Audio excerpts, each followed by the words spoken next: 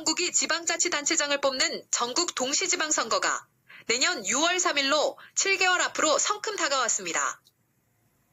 이재명 정부 들어 무엇보다도 지역 균형 발전과 지방 분권 존재감이 부각되는 가운데 포커스원 TV는 시선이 쏠리는 인물을 릴레이로 소개합니다.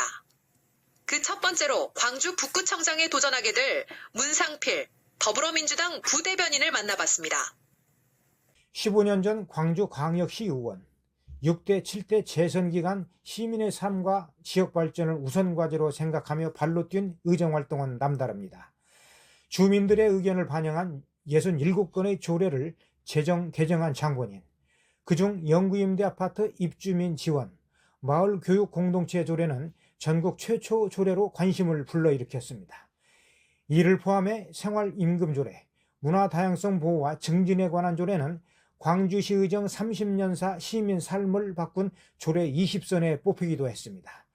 8년의 의정활동 기간 그 성과를 인정받아 매니페스토 약속 대상과 우수 조례상 등 의정활동 관련 수상만 18번이나 됩니다. 그것은 자그마치 1년 6개월 동안 만들면서 수많은 주민들의 의견을 정치하고 받아서 커뮤니티 센터, 알코올 센터 이런 걸 만들어 가지고 그분들의 여러 가지 어려운 점을 해결하려고 계속 했던 것이 가장 기억에 남고요.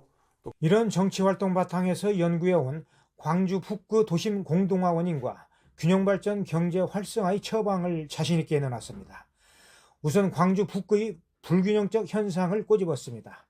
북울 지역은 성장하는데 북갑 지역은 복지가 절실한 지역으로 진단했습니다.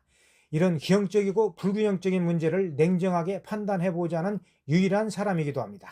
까지 북구가 사회복지 보장비가 가장 많기 때문에 어렵다라고 하는 예산 타령만 할 게 아니고 적극적인 대책과 고민을 내놓고 스스로 상생기금을 만든다든가 아니면 다른 방법의 대책을 세운다든가 아니면 여러 가지 방법을 세우면 저는 충분히 가능하다고 보는데 AI로 일하고 문화로 즐기고 복지로 행복한 도시, 이른바 첨단 복지 문화 도시를 북구 발전 3대 키워드로 소개했습니다. 무등산과 5.18, 역사 문화적 데이터와 기본 자료 등 북구의 풍부한 자산이 그것입니다. 그러면서 이런 곳곳의 요소들을 선과 이음으로 연결해야 한다고 역설했습니다. 5.18 묘역과 무등산, 말바우 시장을 문화벨트로 연결해야 한다는 논리입니다. 여기에 광주역과 전대 후문 상권, 말바우 시장과 우남동 문화 권역을 연결하고 이를 16개의 연구기관이 모여있는 첨단지구를 학생들이 적극 활용할 수 있는 공간으로 만들면 대한민국에서 가장 좋은 수학여행 코스로 개발할 수 있다는 겁니다. 지역과 산학이 연결되는 여러 가지 다양한 그리고 청년들이 더 이상 이제 떠나지 않고 첨단의 광주 북구가 여러 가지 첨단의 문제들이 문화로 연결되고 복지로 연결되고 또 청년의 일자로 연결된다면 저는 충분히 북구는 희망이 있는 비전을 가지고 있다.